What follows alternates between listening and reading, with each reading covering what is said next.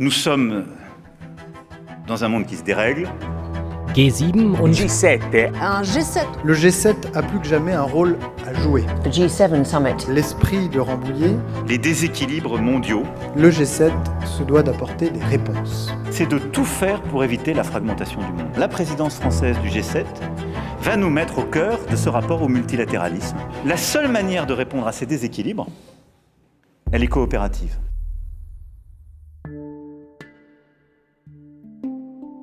Qu'est-ce que c'est que le G7 ? D'où vient-il ? À quoi sert-il ? Et quel impact a-t-il sur les grandes crises internationales ? Et surtout, quel est son impact concret sur la vie des citoyens ? En 2026, c'est au tour de la France de présider le G7. Le sommet se tiendra à Évian en juin, mais comme vous le verrez, un G7, c'est beaucoup plus qu'un sommet. Dans cette série de sources diplomatiques, on va plonger dans les coulisses de la présidence française du G7 pour en comprendre son but, son fonctionnement et ses défis. Épisode 1, la ministérielle des veaux de Cernay.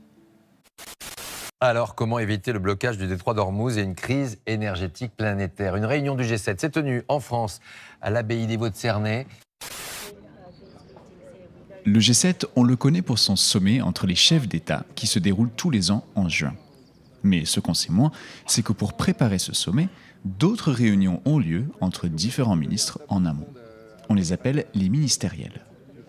En effet, la première ministérielle formelle des Affaires étrangères s'est déroulée le 26 et 27 mars à l'abbaye des Vaux de Cernay dans les Yvelines. Et Sources diplomatiques y étaient. Donc je suis à l'abbaye des Vaux de Cernay et pour vous décrire un petit peu la scène, c'est une vieille abbaye, elle date du XIIe siècle et en fait autour de moi il y a beaucoup de monde, alors vous les entendez pas nécessairement parce qu'il y a une ambiance relativement solennelle, les gens restent assez silencieux, mais il y a du monde, il y a des équipes du ministère, il y a des diplomates, il y a aussi beaucoup de journalistes et pour comprendre un petit peu mieux ce qui se passe aujourd'hui, je vais me mettre à l'écart avec Pascal Confevreux, le porte-parole du Quai d'Orsay.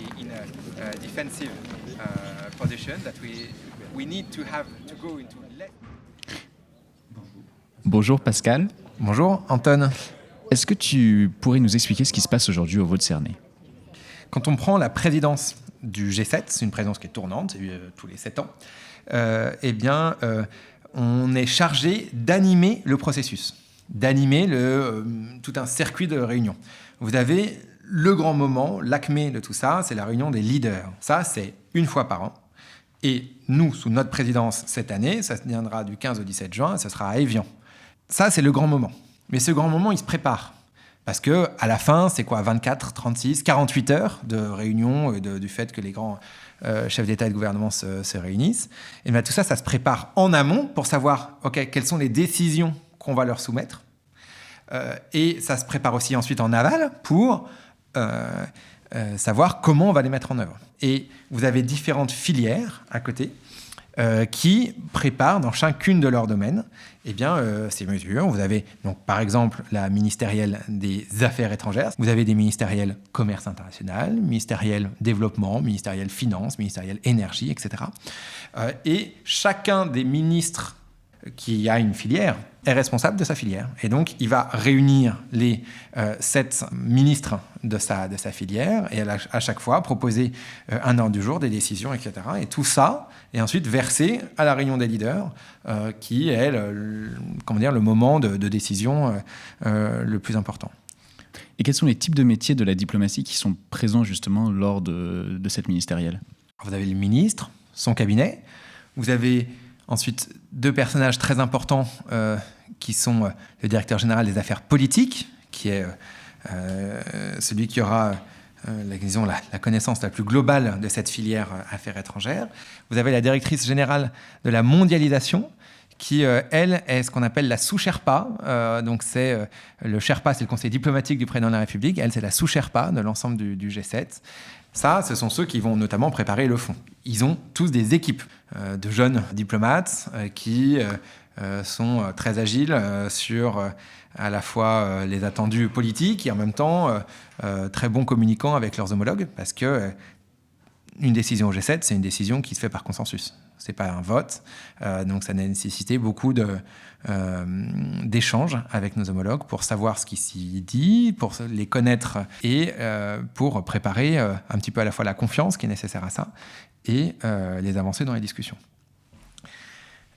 Ça, c'est, disons, ceux qui vont en partie préparer le fond.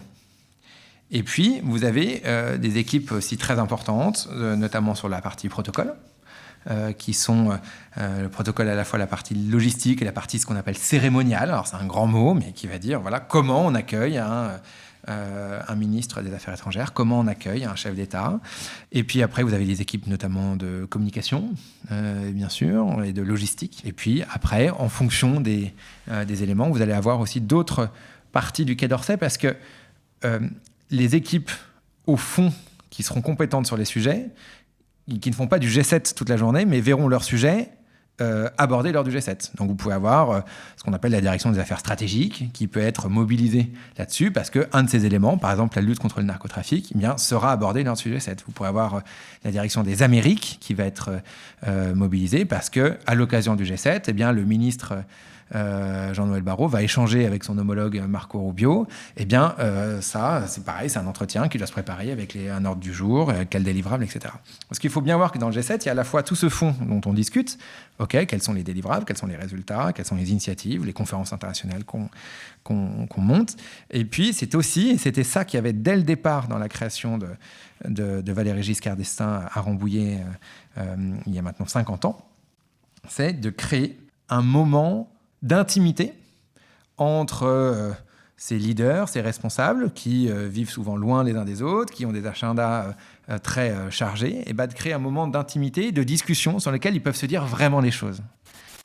Valéry Giscard d'Estaing avait eu raison de prendre l'initiative de ce sommet. Il est né ici un esprit de Rambouillet, responsabilité et coopération.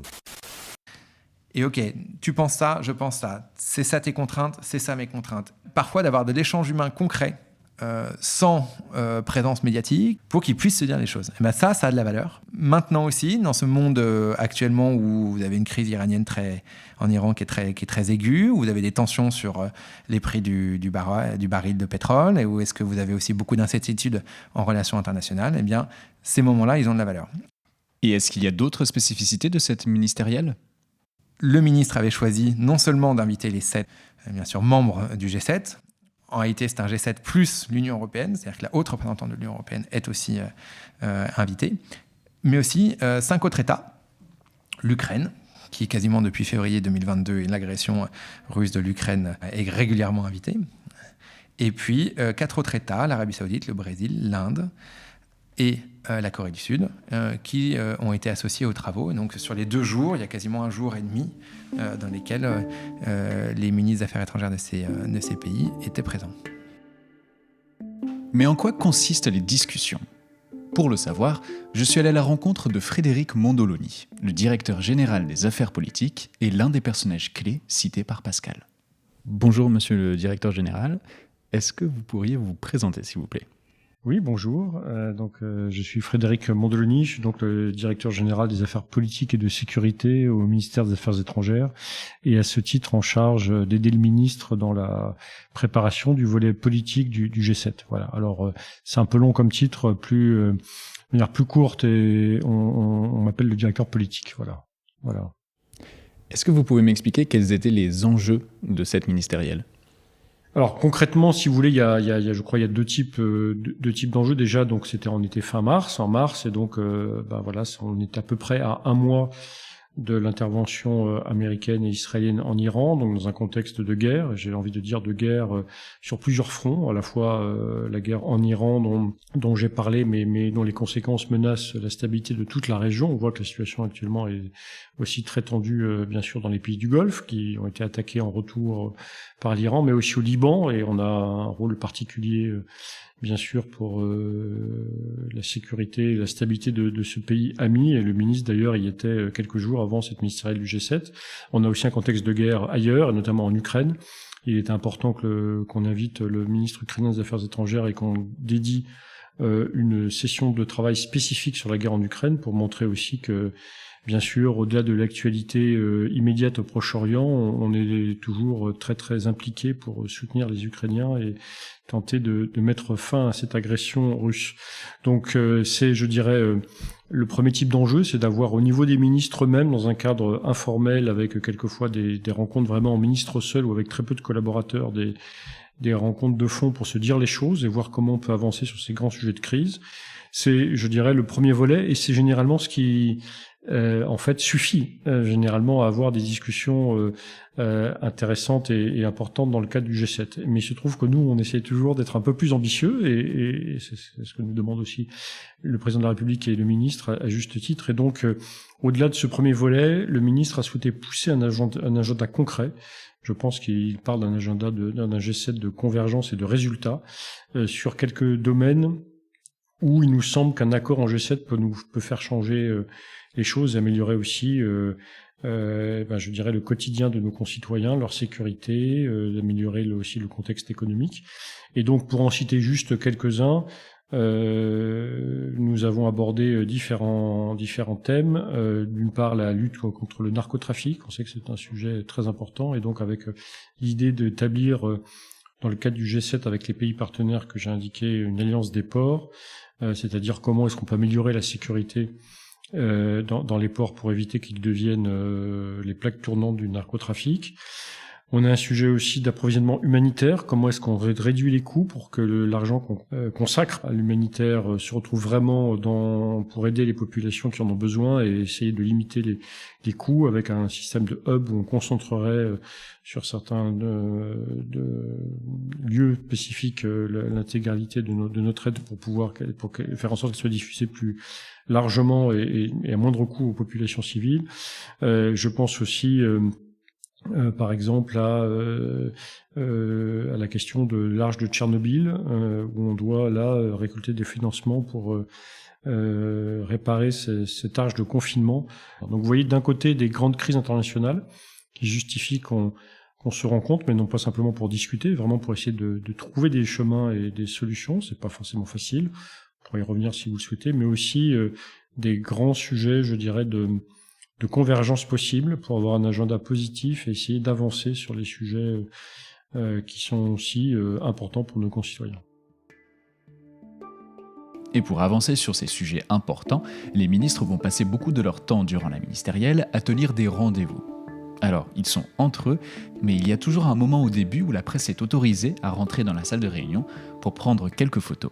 Et on en a profité pour y jeter un coup d'œil nous aussi.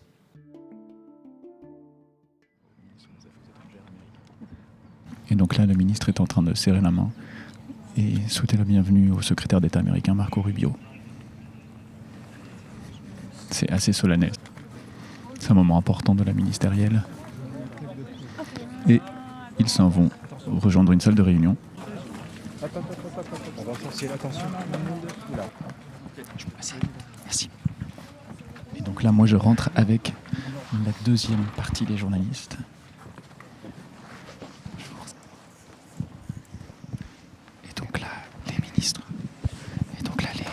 Sont tous en train de regarder pour être pris en photo. Il y a derrière eux leurs équipes, un membre de leur équipe ou deux qui sont là, qui sont présents, qui vont assister à la réunion multilatérale.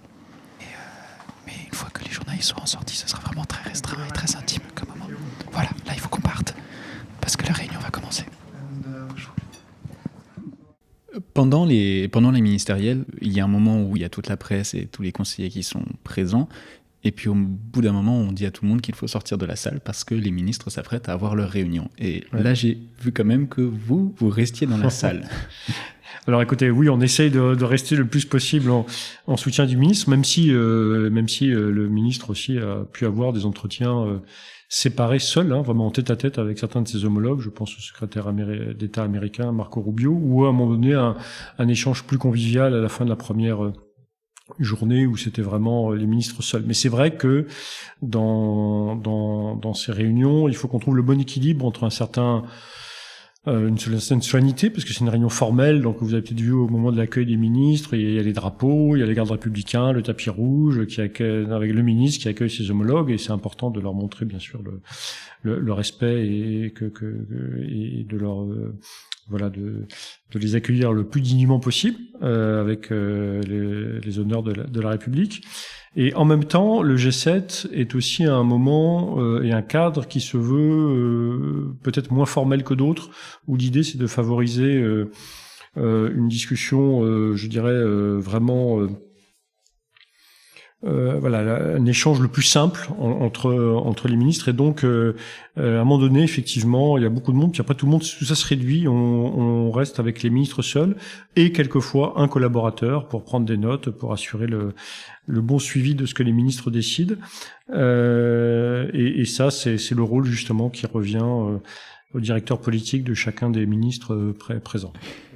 Et du coup, vous qui étiez dans la salle, est-ce que vous pouvez décrire un petit peu à quoi ressemblent ces discussions ? Est-ce que c'est une réunion alors c'est une grande table ronde, mais pas si grande que ça. Il y a 8 ministres autour de la table. On était très contents d'ailleurs au Vaud-de-Cernay parce que les 8 étaient présents. Marco Rubio il avait des réunions à Washington, il a raté un bout de la première journée, mais autrement il était présent tout le long de la deuxième journée, et donc c'était important. On avait les 8 ministres et d'ailleurs pour les pays invités pour les réunions élargies, c'était aussi à chaque fois les ministres, donc je crois qu'on était très contents du niveau de la réunion. Et donc c'est donc la France qui préside cette année, donc le ministre présidait les réunions, ce qui fait que concrètement on fixe l'agenda, on propose l'ordre du jour à nos partenaires qui l'ont accepté en amont, et donc là le ministre il prend la parole pour ouvrir la réunion. Il dit voilà, sur l'Ukraine, voilà mon point de vue, tac, tac, tac, et on essaie de déterminer un peu pour chaque sujet qui va prendre la parole en premier. Et puis après, il y a un tour de table assez libre avec des discussions, c'est l'intérêt, qui sont le plus libre possible. Donc les ministres ne lisent pas leurs notes, ils échangent vraiment entre eux. Ils se coupent la parole, de manière polie bien sûr, quand c'est nécessaire, ou en tous les cas ils font leur point. Et l'idée, c'est de favoriser cet échange le plus informel possible, même si les sujets dont on parle sont sérieux, et même si bien sûr on est conscient que la parole d'un ministre engage. Donc il y a aussi une certaine solennité, mais dans un échange le plus concret possible. L'un des objectifs d'une ministérielle, c'est aussi de communiquer avec les journalistes qui sont venus nombreux. Et moi, ce que je vois là tout de suite, c'est Pascal Confavreux, qui est donc le porte-parole du ministère, qui va de télé en télé pour exposer la position de la France, pour expliquer aussi ce qui se déroule aujourd'hui. Et en fait, je vais attendre qu'il ait une pause pour lui demander un petit peu comment ça passe sa journée. Je vais te poser une question sur le fait que tu es depuis ce matin devant des micros dans tous les sens. Et pourquoi ? Non mais ouais, ok. Ça te va ? Il y a tous les journalistes ici qui sont présents, environ 160. Ça témoigne à la fois de l'intérêt international autour de ça, et aussi pour nous de la nécessité de toujours expliquer et continuer et ne jamais cesser d'expliquer pourquoi on fait ça, quels sont les résultats, parce que le ministre veut dans sa présidence de la ministérielle du G7 un G7 des résultats qui sont concrets, et donc tout ça nécessite beaucoup d'explications, parce qu'on pourrait croire qu'envoyer un communiqué, ça y est, le boulot est fait. En fait non, il faut le dire sur les différentes chaînes, dans les différentes langues, et aussi le dire parfois un peu différemment en fonction de l'audience, parce que les questions aussi qui nous sont posées sont différentes, et les attentes aussi sont différentes. Mais parfois, des sujets imprévus peuvent s'inviter à l'agenda. Monsieur, bonsoir, bienvenue dans le 20h. Il est le ministre des Affaires étrangères de Russie depuis plus de 20 ans, l'un des plus proches conseillers de Vladimir Poutine. Il a accepté notre invitation, Sergueï Lavrov. Bonsoir. Lorsqu'on apprend notamment que le JT de France 2 va donner une interview du ministre des Affaires étrangères russe Lavrov le jeudi soir, nous mettons en situation de pouvoir très vite la contrer, parce qu'évidemment on connaît et on n'est pas étonné de la tournure que cela prend, avec beaucoup de manipulation des faits historiques et de manipulation aussi de concepts de droit international. Et donc, il faut aussi qu'on ait conscience qu'il y a des batailles dans la sphère informationnelle, il y a une bataille dans le champ des perceptions, et il ne faut pas être naïf. Et donc, il faut y répondre. On y répondra dès le lendemain avec des publications sur les réseaux sociaux, qui vont être d'ailleurs des publications qui vont être assez virales. Et puis, pour couronner le tout, une partie de la conférence de presse du ministre, conclusive, qui sera consacrée, où le ministre répond point par point et à chacune des accusations ou des manipulations que le ministre russe a faites en heure de haute écoute, en prime time, sur le JT du jeudi soir. Et puisque M. Lavrov a pu dérouler tranquillement sa propagande hier soir sur une chaîne de télévision française, permettez-moi de lui porter la contradiction. Non, la Russie ne défend pas le droit international, ni en Iran, ni en Ukraine, ni ailleurs. M. Lavrov, on ne défend pas le droit international en lançant une guerre d'agression. On ne défend pas le droit international en envahissant un pays voisin. Est-ce que ça montre aussi que dans ces ministériels, il y a toujours des imprévus ? Il y a toujours des imprévus. D'ailleurs, depuis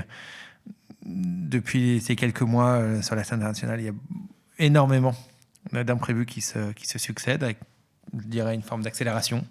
On est obligé de s'adapter, on y est très, très sensible. Là, vous voyez, donc, on a répondu en direct à ces accusations, mais aussi, évidemment, ce G7 a beaucoup été question des questions du droit d'Ormuz, du détroit d'Ormuz, pardon, et des conflits Iran-Moyen-Orient, qui n'étaient pas forcément l'agenda auquel on aurait pensé il y a 2 mois.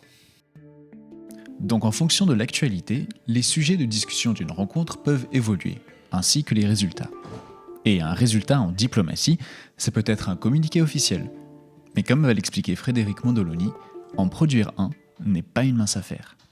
Alors, le G7, souvent aussi, on termine par des communiqués. Alors là, on a eu un communiqué de la présidence, mais qui a été travaillé en amont. Et donc, on avait pensé que on s'arrêterait là. Et en fait, comme vous voyez que rien n'est écrit à l'avance, pendant la réunion, pendant les discussions, les ministres se sont dit qu'il était peut-être important d'avoir un communiqué spécifique sur l'Iran. Et donc là, pour le coup, négocier avec tous nos partenaires qui engagent le G7. Et donc, on a, entre jeudi soir et vendredi 15h, négocié, alors même que la réunion se déroulait, un communiqué sur l'Iran qui, je crois, est un bon communiqué, qui est substantiel, qui dit essentiellement 2 choses. D'une part, le fait qu'il faut protéger les civils. Et on sait que cette guerre a touché les civils. Et donc, le G7 indique clairement son souhait de protéger les civils et de tenir les infrastructures civiles en dehors du conflit. Et je pense que c'est une déclaration importante dans le contexte que nous connaissons. Et deuxième chose, c'est qu'il faut garantir la liberté de navigation dans le détroit d'Ormuz, mais conformément aux résolutions du Conseil de sécurité, notamment la 2817 que nous avons négociée et agréée récemment, de manière donc conforme au droit international. Voilà. Et là, je pense que là aussi, en termes d'équilibre, c'était une négociation qui n'était pas si simple. Et je suis très content que, alors même qu'on avait peut-être presque renoncé à l'avance à avoir ce type de communiqué, en fait, les bonnes discussions entre ministres et la volonté de trouver des convergences nous a permis d'agréer ce communiqué et de le rendre public vendredi, juste pendant la conférence de presse du ministre. Et aujourd'hui même, nous adoptons une nouvelle déclaration sur l'Iran au niveau des ministres des Affaires étrangères. La voilà. Ce qui a montré que nos travaux étaient utiles. Et là, en tant que négociateur, même si le ministre a, mis la main à la pâte, si vous me passez l'expression, et aussi travaillé lui-même certaines formulations, en tant que négociateur, c'est toujours satisfaisant de pouvoir aboutir à ce type de résultat. Pourquoi un communiqué est si important ? Voilà, ça peut paraître dérisoire peut-être alors qu'on voit bien sûr les images d'un conflit en cours. On est dans une phase particulière où la guerre continue, mais ce type de communiqué, c'est un des jalons qui nous permet peut-être d'envisager dans les jours qui viennent un chemin vers la désescalade. On ne renonce pas justement et on continue à multiplier les efforts pour essayer de faire entendre raison et de remplacer la guerre, le sang et les destructions par le dialogue. C'est pas forcément le plus facile. Ça commence par déjà être d'accord entre nous. C'était l'objet de se communiquer pour ensuite voir comment on peut mettre ça en œuvre concrètement sur le terrain. Et enfin, quelles sont les prochaines étapes ? Alors, les prochaines étapes, elles sont rythmées par, bien sûr, les prochaines réunions au niveau ministre et même au-delà. Donc, la prochaine grande étape, c'est le sommet du G7, donc passer des ministres au chef d'État du gouvernement, et donc là, qui aura lieu au mois de juin à Évian, et donc présidé aussi par le président de la République. Et ensuite, on aura 2 réunions ministérielles en deuxième partie d'année, l'une en septembre en marge de l'Assemblée générale des Nations Unies à New York, de manière traditionnelle, et puis donc la deuxième ministérielle formelle, elle se tiendra au mois de novembre à Marseille. Voilà, et donc c'est la prochaine grande étape en termes de réunion. Et puis autrement, vous parlez de communiquer, bien sûr, le travail de la présidence, c'est aussi de nourrir le travail entre partenaires et donc de travailler, si l'actualité l'exige, à des communiqués qui marqueraient la position du G7 sur tel ou tel sujet et que nous pourrons peut-être négocier et publier au cours de l'année. Voilà. Merci, monsieur le directeur général. Je vous en prie, merci à vous. Suivez les prochains épisodes de ce podcast parce qu'on va vous emmener avec nous sur les chemins de la préparation de ce sommet du G7 d'Évian des 15 et 17 juin. Et on vous racontera comment on vit ça et on vous racontera aussi pourquoi on fait ça. Et abonnez-vous au flux de Sources diplomatiques pour ne pas manquer les prochains épisodes sur le G7 d'Évian. C'était un épisode de Sources diplomatiques, le podcast du ministère de l'Europe et des Affaires étrangères.